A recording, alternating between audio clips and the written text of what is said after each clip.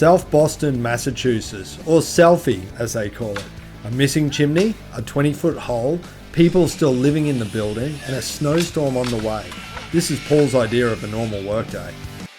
Paul, how you going, mate? Nice. How are you, Luke? Nice to meet you. Good. My name's Luke Peake. I'm one of the co-founders of Loot. We're a money app, and one of the products we offer is a line of credit to small businesses like yours. Mate, why don't you start and tell us a little bit about your company and what you're doing here in Boston, Massachusetts? Well, again, my name's Paul, and I'm an electrical contractor, so that's my bread and butter. I'm an electrician, so I'm a trades guy. It's definitely a good way to make a living and to pay for stuff. We don't do massive jobs. We do small things. We do service calls, maintenance, repair, and that's kind of what we do. That's our day in and day out bread and butter. That sounds great. Do you want to show me a couple jobs? Let's go.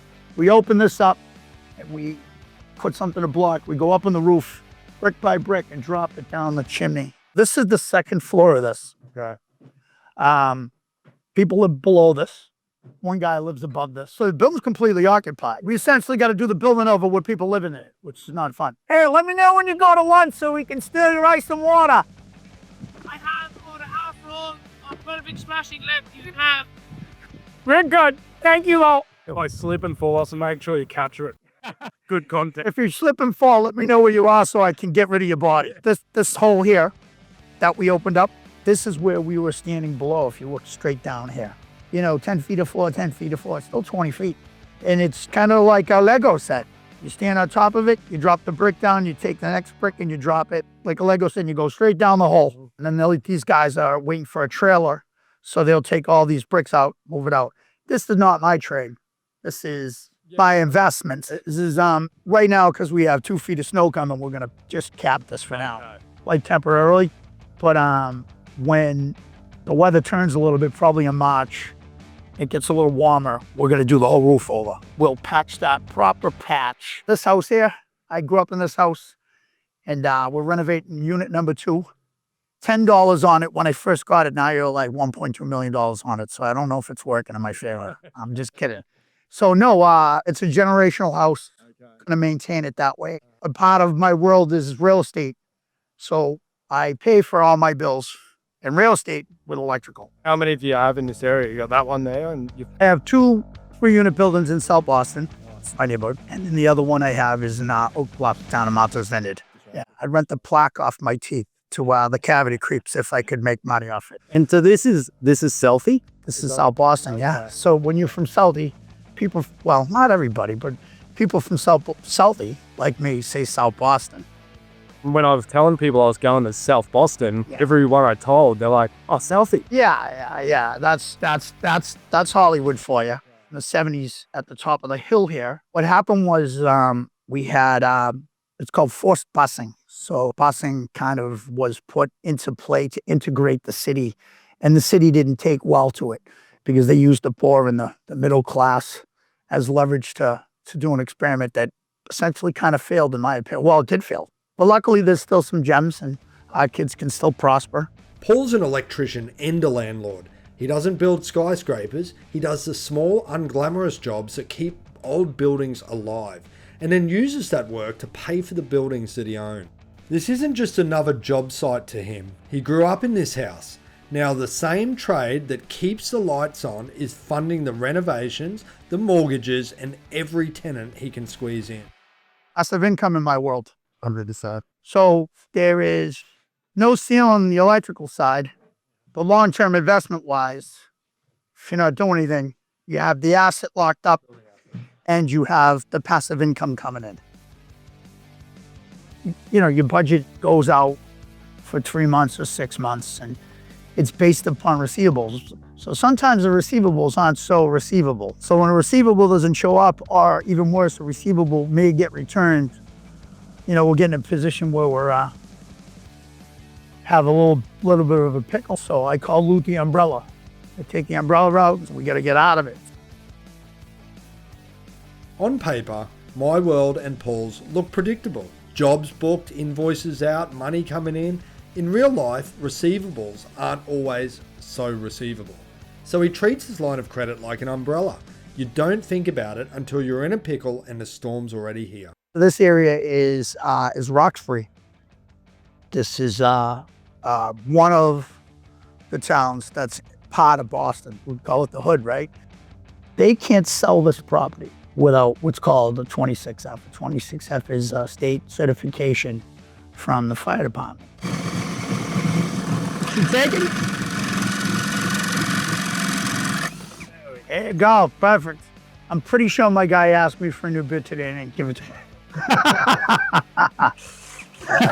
So we're gonna take this, I'm gonna show you how to cut this into a box. So this is kind of an old school box. Like I said, we go for base hits. It's all small stuff, right? Take this end right here, and then we put a little pinch on this, a little bit more, and then you can pull the wire off like this. You pinch about that. So all the, yep, just a little. That's the, There you go. there you go. So there's your conductor. So 120 volt installation. This is vanilla ice cream stuff, right? This is your hot wires right here. Those two. Yep. This is everywhere in the country. This is an interconnect wire. So that just, you just Yep. with it like that? Yep. Pop it out. But if you look inside here, see on the other side, there's a strap that holds it. Okay, so go through that. Yeah. And I bend them down. Yep. Just that? Put right through. See how the other one is? You match in the other one and put those wires right in. There we go. And then put the blue under that clamp. Have you been electrocuted before? Well, electrocuted's dead. Okay. So I have been electrocuted. But have I been energized? Yeah. yeah. So in Australia, they'd say zapped. Yeah. Fit. So anytime you're opening up any type of junction box, you have to be aware that it's de-energized. Yeah. And yeah, have I put my hand in a box that I thought was dead and take a good whack? Absolutely. You put with the pliers and you do a 180 like that, and then you give it a kick back. This determines if I keep the job or you fire me. That's right. Strike one. Oh no! Never again. Okay. I didn't notice. Okay. I'm gone. By the ground to ground, the reds to reds, blacks to blacks. So I'd say it's really common sense stuff. I quit. Does this company use you for a lot of their jobs? Like, are you a repeat? We actually work for the attorney for this company. He uses us all the time for so we'll get it on the front side before they do any of their stuff. But then when they put their their bids out to do bigger jobs, we wouldn't even look at it. And it's not that we're not capable, and it's not that we don't appreciate the ask. It's just not what we do. Some people sell apple pies, other people have a fruit stand. We sell apple pies. Yeah. We don't work at the fruit stand. Watching the big fella teach me how to cut in a simple box, you realise most of this isn't rocket science. It's basic, repeatable work done right thousands of times over, and that's the hard part. Big bids come in, but he's not trying to run a fruit stand. He just wants to make the best apple pies he can. So this is a good reason why we need you guys, right? So I say, all right, give me $100,000 to do this job. I need $100,000. So be like, all right, here's $100,000. Go to the bank, fill out the sheet, jump through hoops, all the shit. And then you run out of $100,000. Yeah. And it takes 2 weeks to get it. What am I going to do? Max my credit cards and drop my score? Or I can't go to the bank because they'd be like, oh, loan to debt ratio and too much bullshit. I hook up you guys, send me a couple bucks, and then it bridges the gap till we can pivot.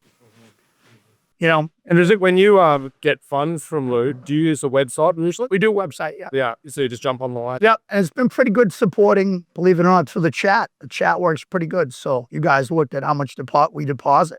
So it wasn't a whole lot of hoops for that. There's a little cost. There's a cost for the convenience, you know that.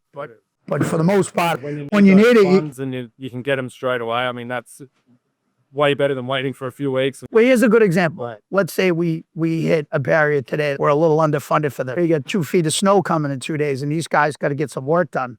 But we need an extra $5,000-$10,000. What am I going to stop? We're not going to stop. Let's go. And then we pay it off next week, go to the real bank, and keep moving on. On paper, the numbers look fine.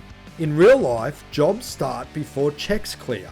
So Paul treats his line of credit like another tool in his truck. He grabs it when the snow's coming and the crew needs to keep moving. He pays it back when the money hits. Mate, I was stalking her online. I was looking up That's fun. Best Commerce Park. Yeah. I'm a huge fan of live music, so Austin's a great place. Any night of the week you can go out and watch good bands. Yeah, I went to Nashville and realized how good my band is not when I went to Nashville. It's kind of like the AHL to the NHL. Okay. You know, they're all professional hockey players. They're just not in the NHL yet. Do it outside of like, Just New England. and how often are you playing? Well, now we probably play about 4 to 6 times a year. We used to play 12 times a month. Bar, are you doing bars or? Nah, now we'll only do events, fundraisers, and something that I'm interested in. I really don't want to get back to doing the clubs. Paul, mate, thank you so much for today. Glad to have you. I love the business that you've built here, and I'm glad that we can support you. And Yeah. as I said, we're here if you need anything, and I look forward to seeing where you're taking in the future and how many properties you own in the next few years. Yeah, we'll see where it goes. Thank you very much. Thanks, Appreciate brother. the help. Thank you so Thanks. much. From a chimney in Selfie to a fire alarm in Roxbury, these no small jobs don't always make headlines, but they keep people safe, keep cash flowing, and let guys like Paul build the life they want in the city that they grew up in.